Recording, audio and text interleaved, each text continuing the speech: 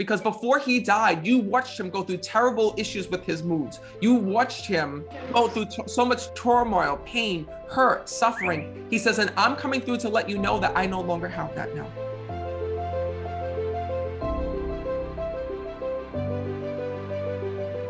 Hi, where you all from? Massachusetts. Oh my God, this is like the clown car over there. All right, if we can fit, how many more people can we fit in front of this camera right now? How many do you need? Well, listen, I don't keep track of the living. I only keep track of the dead. But first of all, is this your first time here? Yes. Perfect. Well, right away, there's this young soul that's here, that's on the other side, that would not leave me alone when I'm connecting. Yes. And he's here because right away, he keeps saying to me, Matt, I need to reach them. I need to reach them. Yes. First of all, was that your son that passed? Yes. He's here because he kept saying to me, Mom, Matt, that's my mom. That's my mom. And first of all, I know that you're so upset about the way that he died, about what happened with his passing. And I know that you're still looking for answers. Yep. Yes. Because right away, he said to me, Matt, I'm going to get emotional the way he just said this to me. I've never had a soul say this to me. He says, Matt, you're my only hope right now. It's because I've been praying to him to come to you. He said to me, he says, my mom isn't sure if she believes in the afterlife after I died. He tells me that you've been searching for proof, wondering if your son was okay. Yep. And he tells me that you're so angry because you had to watch your son go through so many hardships, so many obstacles here in this world. Mm-hmm. And first of all, I have to tell you, he's here for all of you this afternoon. Because first of all, he's going to me, Matt, if they could see me right now, he says, if they could see what I'm doing, and he's running all around with all of you guys when I'm connecting with him. He's got this crazy haircut on the other side when I'm speaking to him. I don't know if he was always changing his hair or doing crazy things with his hair here in the physical. Yeah. But he's showing me like his hair he's got this crazy hairdo when I'm connecting with him. And first of all, he says, Matt, he says, I wish that they could see me now because all they remember is what I was like before I died. And I changed as a person, he tells me. When I'm connecting with your son, he's telling me that he had a terrible, terrible time with his emotions here in this world when I'm speaking to him. Yes. He said to me, Matt, he says, I felt like I was going insane. That's what he tells me. That's exactly how he felt. He shows me that he would have things happen to him that literally nobody would believe. He tells me he would hear voices. He would have these terrible thoughts that would come into his head. He says, and Matt, I felt like I couldn't escape it. He says, I felt like as much as my family tried to be there for me, as much as they tried to help me, he says, as much as I had this whole support system around me, nobody could help me because nobody could understand what I was going through in my body. Do you understand that? And he says to me, Matt, because of what I was going through, he says it caused me to make really bad decisions, he tells me. Yeah. Because when I'm connecting with him, I'm going to be honest.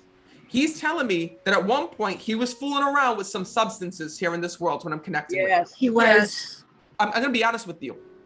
He thought that this was going to help him because in the beginning it did. It started to quiet down the voices, started to quiet down his head, but that wasn't the real issue. The real issue that was going on is he tells me that he was dealing with a mental struggle here in this world. That's what he's showing me. Yes, he did. And he also tells me at one point you brought him to the doctors or you brought him to go and see somebody. Is that true? I did. You did. But that did not go well, he tells me. And he says to me, Matt, I should have tried. That's the one thing that he needs you to know today. Because he says to me, Matt, I feel like I failed two people. I feel like I failed myself, but I also feel like I failed my family because they were behind me and they were my tribe. They were my army. Whatever I needed, they were there for me. And it's so tough for all of you because he tells me that you all feel like, I can't even believe he died. Like we were going to help him through this. We were just at the beginning of trying to figure out what was going on with him. Yes. And he self-sabotaged everything. Do you understand that? Oh, yes. I know. Absolutely. Do you know he's here right now? Because he says to me, Matt, there's one thing I can tell my family. It's that I'm finally happy now. Because I didn't know what happiness was here in this world. He says, I couldn't find peace within myself. And by the way, I need you all to know this has nothing to do with you. He says, Matt, I know how much they all loved me. I know how much they all care for me. He says, I even know that they took clothes of mine because he tells me there's clothes that you all have. Yes, we did. And he also tells me He also tells me that you were making things in memory of him here in the Oh physical. my God, Yes. I made a pillow for I have a his blanket. niece. Yeah, my niece made a blanket for me, and it's got a picture of us on it and a beautiful saying. We have a lot of stuff, T-shirts. I made a pillow out of one of his T-shirts for his my niece, daughter. for my granddaughter.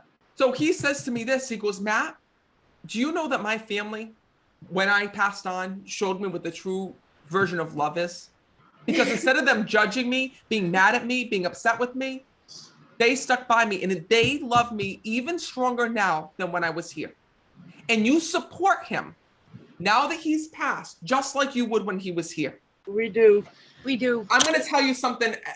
I don't think I've ever heard a soul tell me this. He said to me, I made a mistake. I made a mistake. I effed up. That's what he keeps telling me. He says, I want to say that I'm sorry for not letting you in. I'm sorry for at one point walking away from all of you. Because it's really tough. Because before he died, you watched him go through terrible issues with his moods. You watched him go through so much turmoil, pain, hurt, suffering. He says, and I'm coming through to let you know that I no longer have that now. That's what he's telling me. When I'm connecting with him, did he end his life here in the physical? We didn't know if that's what happened or not. We weren't sure if that's what happened. We were told he was hit by a truck, but we weren't sure if he did it himself or if it was an accident. And Can I be very, very honest with you? Yes. Because what I'm going to say is not what you want to hear. And I'm treading lightly on my words because I don't want to hurt you. But what he said to me is this. He says to me, Matt, my family is hoping that it was just an accident. And you're here because you want to hear that it was an accident. But I don't believe it was. We knew he struggled. Because I'm going to be honest with you. He shows me, okay, that there were times when he thought of ending his life. And I see that. And he says to me, Matt, the only reason why I never went through with this was because of them. Because of your love, because of your support, because of every single thing that you had done for him. That's his daughter. But I'm going to tell you guys something right now, all right? And this is so important. Did he know what he was doing that night? I'm going to tell you, he tells me that you all experienced this, where he would have like these moments of almost like delusion. Do you guys remember that?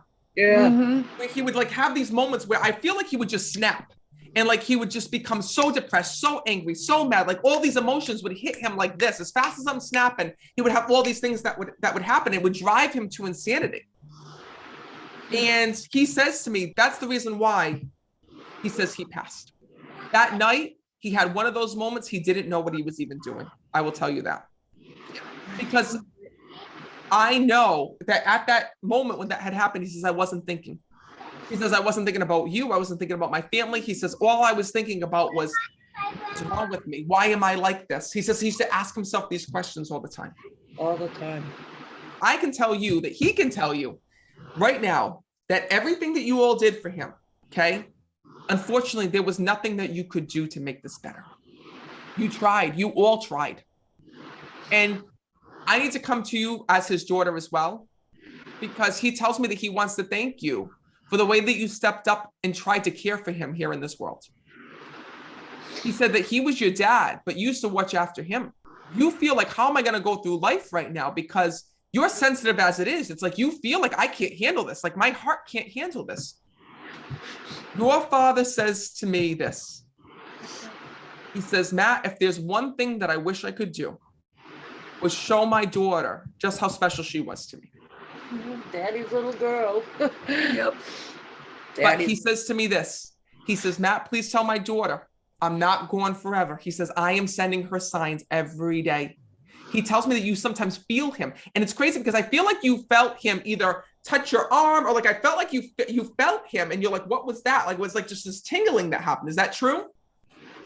All the time. All the time, she said. Know that that's your father. Know that sometimes when our loved ones hug us from the other side or touch us from the other side, I know it sounds weird, but sometimes we have those little weird sensations, and that's your dad's way of letting you know that he's there and that he's with you. I got to say one last thing. Sorry, this man keeps talking to me. It's really hard because your dad left your life when you needed him the most. Because at the time of his struggles and his anxiety and his depression, he tells me, you're going through that same thing.